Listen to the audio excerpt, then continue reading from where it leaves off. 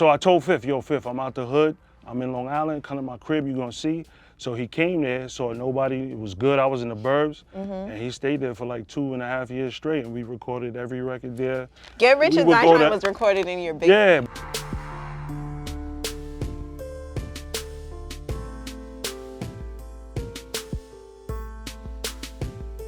BET Talks welcomes you. I am your host, Mia Bell, and of course, sitting next to me is super producer, songwriter, and music exec, Sha Money. How you feeling, man? Everything is good. Thanks for having me here. Of course. Now, I just found out that you were Haitian. Yes, I see him, man. Haitian American all the way. And so am I. Now, typically, I would like to do this entire conversation in Creole, but they won't understand. Exactly. So we gotta talk. Yeah, so I'm quitter ça pour un autre jour. That's right. Okay? What's up? I'm gonna leave that for another day, y'all. That's what I said. Now, you have done so much in this space as far as hip hop goes. We're 50 years strong. Yep. And I want to go back to when you first started and what the first hip hop record you heard that made you say, hey, I need to get into this genre of music. This is where my life needs to be. Oh man, a hip hop, hibbity hip hop. In the 70s, growing up in Queens, you could just go to, I went to Catholic school, St. Jokes, and just walking across Hollis Ave, you would see Run DMC or Jam Master Jay in a Mercedes Benz. But even before that, we was listening to, you know, all the original birth, you know, rappers that started hip hop. But for me, Hollis, Queens, Run DMC, Russell Simmons, Jam Master Jay, LL Cool J, just all from my hood, and just growing up and seeing that and being able to see them and say, wait, that's a rapper right there, and he's right in my hood. Right. That was real motivation for me. Wow. So, yeah, Run DMC definitely did it for me though in a major way. Because you got to see it live. Yeah, I got to see them live. Rest in peace, Jam Master Jay. Yup. So what was your first foot in the door when it came to music and hip hop? Yeah, so my first foot in the door, I started off as a producer and a DJ, and then I went to NYU and got into an internship with Def Jam. Okay. So immediately I started getting in the building, and the first person I met that was someone was Jam Master Jay. Oh, wow. Yeah, and he was like the one that actually took me in, listened to my tracks, gave me notes on how to produce, my drums, everything, and he was the one that was my first mentor. And I was interning for Julie Greenwald, of course, but he was the one in hip hop that kind of showed me the way as a producer. Wow. I love hearing those stories because a lot of super producers give their credits to Jam Master Jay. Yeah, We just he's had a legend. DJ Scratch in here, and of course he sung his praises as well. Nice. And it's so cool to see just, you know, the camaraderie between you all. Yeah, producers got a different kind of energy, you know? Yeah. For each other, for the whole community, trying to help everyone get on and get it going. Absolutely, and you guys wear so many different hats. Yes, that's DJ, right. producer, engineer, songwriter, right. Songwriter. So was it something that you had to kind of learn just so you can get by through music? Like, hey, I gotta learn how to do all of this so I can survive? Let me tell you that, going back to We Haitian, your first choice is either soccer or piano. I tried soccer, but I wasn't good. And you chose piano? So I chose piano, played in Carnegie Hall when I was 11. Oh, wow. And then as I started growing up and I'm hearing hip hop, I'm starting to hear like, wait, I hear what they're playing in there. I can hear the notes and I can hear the music differently. So that's what kind of got me into producing, because piano school. Yeah. So my mom's kind of gave me this right here. You know? And what was, you know, your family thinking when you finally got your foot in that door? Were they like, hey, I don't like that? Nah, at first I was just silent in my basement making beats. They didn't know what I was doing. They were just telling me, turn that music down, turn that music down. And one of the first rappers that ever came to my crib was Prodigy, rest in peace. No way. Yeah, and he came to my crib and I'm like, Ma, he's just, and she's like, yeah, all right, whatever. But what really changed it was my first check. Okay. You know what I mean? And how much was it? my Do you remember? One, it was $2,500. That was Okay. $2,500. And shout out to Cole Mega and Chris Lighty. You know, I did Angel Dust. And Havoc was on that hook, and that's what kind of got me into the whole rotation of, yo, this is a producer from Queens. Y'all need to check him out. Right. And doing what you love and getting paid for it. That's right. That's right. From passion and money. Absolutely. So after Def Jam, where did your talents lead you? So from Def Jam, I kept interning, street teaming, stayed at Def Jam. Street team was big at the time then, though. Yeah, that's right. And then I started street teaming for Nas, It Was Written, and for Trackmasters. And things just started going in a direction, and that's where I met 50 Cent. Right. You know what I mean? And actually through Jam Master Jay as well. And you know, we started locking in, and then I started producing for all the rappers in Queens. Royal Flush, Core Mega, Tragedy, Gaddafi, QB, everybody from all parts of Queens I was producing for. You know? Now, when you met 50 Cent, DJ Scratch and I were just talking, and he mentioned how it was just such an era of turmoil for 50 during that time, where a lot of people didn't want to work with him because of the shooting and what had happened. And like those who did work with him, like that's family right there. That's right. And he included himself in that group, of course, and you would Get Rich or Die Tryin'. So, you know, what was the energy then? Were you nervous about it? Were you like, I had a lot of hell people with from that? my hood. I'm from Northside Queens. He from Southside.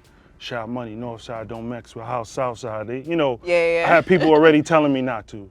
But I seen his talent. I seen his future. I seen that he was gonna be something. And his vocals, his verses, his voice, everything. How he just rapped on every track. I could see that he was gonna be someone. I was committed to my passion for music. So when people was telling me stuff, I didn't care. And I'm not afraid. I'm from Shadyville. I'm from the hood. And you know what I mean? So we all know what's going on. We just gonna be safe, you know what I mean? Right. And make sure we good. So, you know, and he had his squad too. So we was, you know, for me, it was the belief in him. And from the day Jam Master Jay played me his record, forget about all the other rappers that were on that Jam Master Jay had signed. I cared more about that. So I was able to see something that actually led us to this great success that where we at now. So that's that early A&R vision, you know? Right. You know, so yeah. And you were able to incorporate that Yes. in everything that you do. That's right, you know? And I feel like that's a lost art. It is. It really is. Definitely is. Now, we're going to get back to all of that, but I want to stick to Get Rich or Die Tryin' because this is like the soundtrack to my childhood. 10 years old, okay? Many men. Now, you were mentioning the piano, and it just brings me to Wanksta now that I hear it in my head. Is that kind of how that formulated? Nah, so Wanksta, shout out to Jay Praise, he was the actual one that started the whole production of the track. I was the one that brought in the session, and then it was missing a bass line. So you hear that din that shit that you bop to, excuse my language. Yeah. But I was adding to that, brought the mix in, 50 vocals, recorded the whole song, and produced it as a whole. You know what I mean? So Jay Praise was the foundation of it. I came in and touched it off and finished it. So we all contributed to that song. Right. You know? Now, what about other studio stories on this project right here? What was the atmosphere? The atmosphere was all in my basement. So Yeah? for the majority of the No way. Yeah. Because I lived in, I bought my first crib at 24. And when Oh, Fifth you got was getting shot- money over there. Yeah, You a told me little something. 2,500. You was getting That was money. my second check, right? Okay. But you know, so I told Fifth, yo, Fifth, I'm out the hood. I'm in Long Island, come to my crib, you gonna see. So he came there, saw nobody, it was good. I was in the burbs, and he stayed there for like 2.5 years straight, and we recorded every record there. Get Rich We or would Die go Tryin' to- was recorded in your basement. Yeah, but then we'll go to LA to work with Dre, of course, and then only to Detroit to work with Eminem. And he'll cut vocals there as well, and Dre will say, yo, come tighten this up, come do this over. Dre will coach us on how to make the vocals more effective. And that's what I learned from Dre as well, so. Wow. Yeah. That's amazing. I didn't know that. Yeah, so it was all in the basement. So cheeseburgers, two for $1. Shout out to McDonald's for that. Right. And then we had to feed his whole crew because they ain't had no money. And then we just recording, smoking, and making music, man. That's it. Wow. Yeah, for And 2 you years. came out with a classic. Yeah, and we did that. Oh man. Okay, so I'm gonna go through these crates and I'm gonna pull some joints out, and I want you to give me your A&R perspective and producer ear too. That's right. Okay? All right. Come on, College man. Dropout. That's a classic, man. Kanye West, one of the Super best to do this. classic. Yeah, from production to vocaling, the features he had on it, everything, the way it was mixed, is just a classic. You know? Yeah. Yeah, Kanye did that, and when I heard that, I knew he was gonna be something. Yeah. Yeah. This is the version of Kanye that I love and that, you know, I kind of wish we could get back to, but I do like the elevated music as well. Yeah. Like, I love the way that things transitioned. I mean, forget what else is going on, but You as gotta far go as back the there, music, tap back in. yeah, this get just the made me feel sampling. something different. I agree. Yeah. I agree. I think the early stages of all artists, though, kind of give us that. That's right. Now, That's what's up. Illmatic. Oh man, that right there. That's my #1 rapper right there. Yeah? Oh yeah, Nas. Number one hip hop album for I you? brought that tape, still got the tape, played it a million and, man, listen, that's the foundation for all Queens, man. Of course. Right there, Nas. And what do you think about how Nas has, transitioned into still putting music out, but with Hit Boy, of course, so it's like a new sound. Are you listening and are you enjoying the way that things are changing in music? So with Nas, I think he created a formula that a lot need to follow. Him and Hit Boy, those albums are classics. Yeah. He knew someone that really knew how to give him a sound, because everyone used to argue, oh, Nas always don't pick the right beat. Hit Boy, he making them beats. Yeah, right? them two together? Forget it. So crazy. They came in, some of my favorite records, man. I mean, King Disease is crazy. Yeah. So I would say that, a lot of people need to follow that blueprint. Sometimes you don't need a whole bunch of beats from a lot of different producers. You need to tap in with the one that know what you need and lock in. Right. Jay-Z, No ID, 444, they tapped in. When you do that, it becomes a classic. Absolutely. Dr. Dre, Snoop Dogg, same Come on. thing, That's where we at with Oh, it wow. right now. Look at The that. Chronic, baby. Oh, man, come on, man.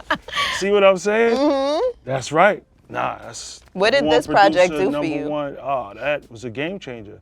Elevated my hearing of what music need to sound like. New York, we sampling, but Dre is the mix master, like the quality and the vocals and singing and all of the stuff that he added, the skits. And bringing That's it a all movie together. right there, yeah. Yeah. The skits too. Skits too, yeah. Now, you have an album that's coming out in the fall. That's right. Message to the Street. Message to the Streets. And I man. saw that you're allowing your supporters, your fans, to record a message. That's right.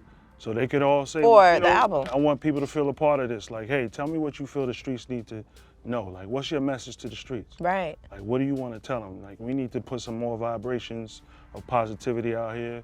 Need to kind of school them. Everyone thinking what they know already, but now you still got a lot more to learn. Yeah. And you're going to incorporate that within the body of music. That's right.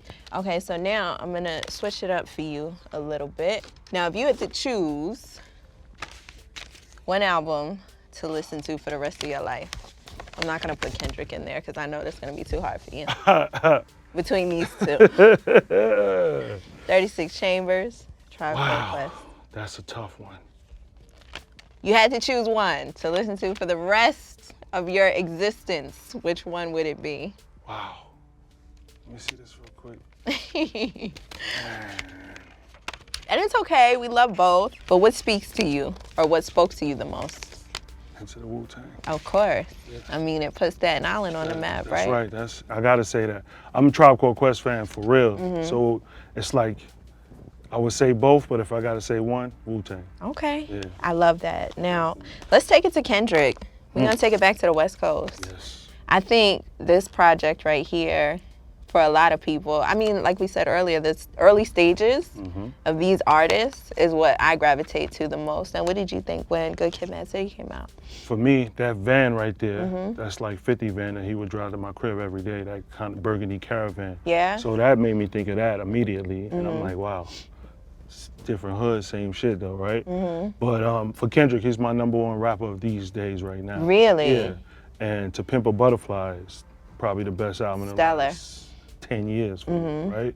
So I think that was his foundation, where you knew that this was going to be a great artist, and all the awards, all the accolades, and where he took it, and the messages he sent, that's going to stay forever in a lot of people's soul right there. Yeah, You know? it started here. Yeah, Kendrick is the truth, yo. I love that. Wow. Now,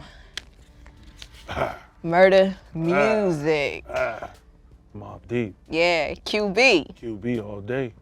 Now, Queensbridge is such away from everything else in Queens. Like, you only going there to see your grandma or your brothers in the hood. That's right. Because there ain't nothing else over there. What was your relationship to QB and just, Mobb Deep and just hearing all of this during that time? Being from Queens, QB, after Run DMC took it from Hollis and Jam Master Jay and Russ, all of them and Farmers, that LL Cool J, it moved to QB. Right. Tribe, of course, was in St. Albans, but QB, you wanted to work with everyone. I actually was able to. Really? Yeah, and it's a blessing.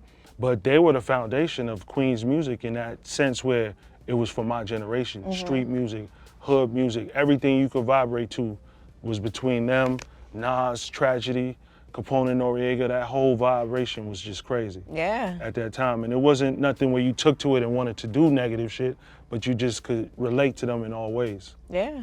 So Havoc and Mobb Deep, rest in peace, man. But Prodigy's the legend, man. One of the Amazing. greatest rappers, man. I love that. They really represented for Queens in such a major way. Brooklyn, Brooklyn, Brooklyn. All day, Life after death. yes. What space were you in when this came out? What were you doing? Man. Where were you working? Me, I was on the grind. Street team, intern, studio, anything I could do to get on. Nasheem Merrick is from my hood. He's a producer. He did a lot of tracks on there. He was the motivation. All the whole 114 crew, they all were like bad boys. So when I would go a few blocks away from my hood, it was like a whole bad boy crew, you know? So just knowing them and just seeing this, the quality, going to the studio back in the days, Daddy's house, it was just, you know, I only met Big once. And What was that interaction like? it was kind of quick, and he was chilling. Where was this? You gotta set the scene. It was in the club. It was in the Okay. venue. My boy 6'2", he knew him, so he introduced me to him, but Big was on his own time, so he wasn't really being social at that moment. So I just shook hands with him, and that was about it. Yeah. But I was just, you know, I was honored to meet him, you know what I mean? But that right there says it all in one album. That album is the sound, the quality, the songs, what he's saying, the stories, one of the best storytellers of all time. Right. Is he in your top 5? Yes, he is in my top 5. Who else is in your top 5? Or is that too controversial for you? Tupac is in my top 5. And that's where we at with it. Where we at? Come on, Tupac. Tupac. Now, Tupac had such a message. Such a message to the streets. Yeah. That's where I get that from. And a lot of people like to debate his lyrical ability, but I think it's so much more than that. Well, I got to produce for Tupac, about 4 records. Growing up, he would be with Madge and Stretch from Live Squad, so I'd be in a car wash, and behind me is an MPV, and you see them, and you're like, oh, wait a second, that's Tupac. So he was in my hood. Yeah. So you could relate to him in a way where you see him, and then his music, and then he get into films. So he was just like All around. All around, greatness. Absolutely. Greatness, yeah. His message to the streets was so important, I think, to hear, especially during that time. And I think that's why he lives in a lot of people's top 5, right? That's right. And just in history at that, because the message was strong. Strong, still lasts now. His documentary that just came out, so many messages within it. Tupac is a hip hop angel now, man. Yeah. You know? What is your message to the streets? Man, just do the right thing, man. On some Spike Lee, we gotta vibrate better, you know? Yeah. We gotta work hard and do what we gotta do, not try to do the fast way to get it, do the right thing. That's my message. I love that. Yeah. Now, off camera, we were talking about just how the Haitian presence wasn't as prevalent in hip hop. I mean, there might have been a lot in there, you included, but we didn't know. No, we didn't. Me, I'm an investigator, so Herbie Lovebug, I started doing my research. See, you know what I mean? Harv, you know what I mean? All of these people, one Bad Boy President, a whole bunch of people behind the scenes. And then I was like, wait a second, Praz and Wyclef Oh, and yeah, Fuji. of course. Then it just started like, wow, okay, but it's, you know, now we gonna really get out here, man. We, you know, just first generation. We coming in from the early 70s and stuff, so now it's enough time here where we doing our thing. Right, and then what's your affiliation with that? I read that you were working on putting something together for Haitian artists. Oh yes, that's Rappers? right. That's right. Haitians in hip hop. You know, I want to tell the story. There's so many of us that you don't know about, like you just said with Yayo, my cousin DJ Who Kid, half of the G Unit. You know what I mean? Was Haitian mobbed up. Yeah. You know, my whole hood, Shadyville. So it's like, you know, we just want to tell these stories, and you're gonna see how many foundations were built with us behind it. You know what I mean? And that's what we do. We don't need the forefront. We don't need all the attention. We need, you know what I mean? Right. You need to get our flowers though. Of course. And that's what I'm gonna do. Make I sure. love that. You know, we need that. Kim Capri, so many of us, man. Mona Scott, so many. Yeah. We keep going. Mia Bell, me too. That's right. And look at you doing your thing. Right. That's right. And we gonna keep going, keep growing. Yeah. We gotta set a new foundation so they can see the know. And it's what we doing, working hard and doing the right thing. Of course. You know? Now, what's one message of advice that you would like to give to producers who are in this space within music? Because you've done it all. You've seen it all too within the label space, right? And you know how things get broken up You've received a lot of checks, Mhm. the percentages, Uh-huh. you know how all those things work. Yes. What's some advice that you would give to That's a a good question producer right working there. in this space now? My advice to all the producers, even the ones that are established now, a lot of us, we just doing tracks, signing contracts. We're not paying attention to it. We're trusting lawyers and just relying on that. There's a few things we need to start paying attention to. One is get our royalty statements. Okay. Don't let it get sent to your lawyer's office. Let it get sent to your home. Because as soon as it recoups, the next thing that comes to your home is the check, right? So, a lot of lawyers put the CO, care of, on it, and you want to make sure it just puts your name or your company and it goes to you. Right. You want to just kind of put the details in order because, if I has checks where, lawyers, you got to go chase their office and, oh man, where's the check at?